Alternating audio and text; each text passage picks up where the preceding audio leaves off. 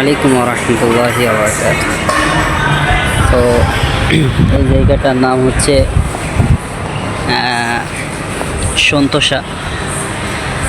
সিঙ্গাপুরে যারা ট্যুরিস্টে সিঙ্গাপুর দেখার জন্য ঘুরতে আসে মূলত এই জায়গাটার জন্যই আসে আর কি। আসলে সিঙ্গাপুরটা তো পুরোটাই ফুলের মতো করে সাজায় রাখছে।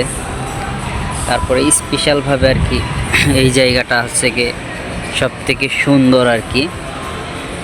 তো আসলে এই জায়গাটা এত বড় একটা এরিয়া নিয়ে করা যে আপনার দেখা যায় যে যদি 3-4 দিন একাটানা সকাল থেকে বিকাল পর্যন্ত সন্ধ্যা পর্যন্ত একাটানা ঘোরা হয় তো এই জায়গাটা শেষ হবে না। অনেক বড় এরিয়া নিয়ে এই জায়গাটা। তো আসলে এই জায়গাটা দেখছেন এদিক দিয়ে পাহাড়ে উঠতে হয়, এই সাইড দিয়ে পাহাড়ে উঠতে হয়। তো আসলে ওই রকম সময় আসলে আমার হাতে নাই, যার কারণে পাহাড়ের দিকে যাইতে পারছি না। তো পাহাড়ে ওঠার জন্য ব্যবস্থা আছে, পাই হেঁটে না, এই যে আপনারা দেখতে পাচ্ছেন লিফট সিঁড়ি আর কি, এটা দিয়েই আপনাকে একদম পাহাড় পর্যন্ত, পাহাড়ের উৎস পর্যন্ত নিয়ে চলে যাবে। তো আসলে পাহাড়ের উপরে গেলে আসলে দেখা যায় যে আসলে কত সুন্দর দৃশ্য। তো হ্যাঁ, তো এখানে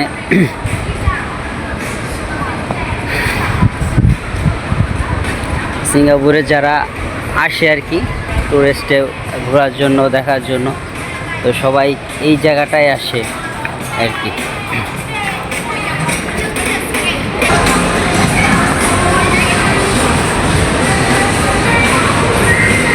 তো আমি জাস্ট কোনোরকম মানে এই এলাকাটা দেখাচ্ছি গেটের সামনে করে আর কি। তো আসলে এখন সিঙ্গাপুরে দুপুর আর কি, যার কারণে এখন তো মানুষ নাই। আপনার দেখা যায় বিকালের দিকে এখানে মানে এত মানুষ হয়, তো আপনার দেখা যায় যে মানুষের কারণে মানে কোনো কিছু করা যায় না আর কি। প্রচণ্ড মানুষ হয় বিশেষ করে বিকালের পরে আর কি।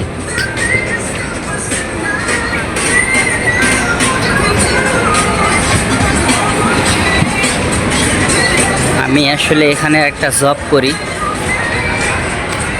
যার কারণে এখানে আসা আমার ওইভাবে এখানে আসা হয় না মূলত।